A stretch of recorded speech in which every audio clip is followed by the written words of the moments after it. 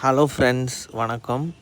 இந்த gen alpha பசங்க எப்போ பார்த்தாலும் டிஜிட்டல் வேர்ல்டோட தான் சேர்ந்து வளர்கிறாங்க.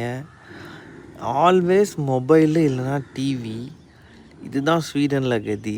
சரி, இங்கே கொண்டு வந்து அதை மாற்றுவோன்னு ட்ரை பண்ணால் ஆடு மாடை காமிச்சாச்சு டைவர்ட் பண்ணுறதுக்கு, காக்கா குருவி காமிச்சாச்சு, நாய் பூனையும் காமிச்சாச்சு. கடைசியாக எங்களுக்கு எல்லாமே போர் அடித்து போய் நாங்கள் எடுத்த ஒரு முடிவு, ஓகே கலர் கோழி குஞ்சு வாங்கலாம் அப்படின்னு சொல்லிட்டு கஷ்டப்பட்டு எங்கள் மாமனார் ஊரெல்லாம் திரிஞ்சு ஒரு 2 கலர் கோழி குஞ்சு வாங்கிட்டு வந்தார்.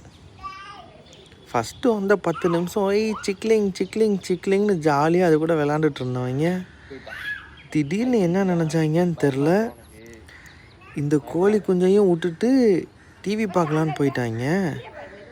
சரி ரைட்டு, கோழி குஞ்சை விட்டுட்டு டிவி பார்க்கலான்னு போனாங்க. அது பரவாயில்ல. கொஞ்ச நேரம் கழித்து கோழி குஞ்சையும் தூக்கிட்டு அதோடு சேர்த்து டிவி பார்க்க போகிறோம், அதுவும் டிவி பார்க்கணுன்னு சொல்லிட்டு அதையும் தூக்கிட்டு போயிட்டாங்க. இந்த பெப்பா பிக் தொல்லை தாங்க முடியல.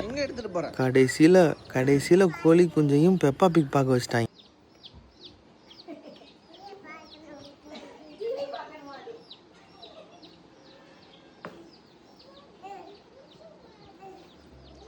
கோழி குஞ்செல்லாம் டிவி பார்க்காது.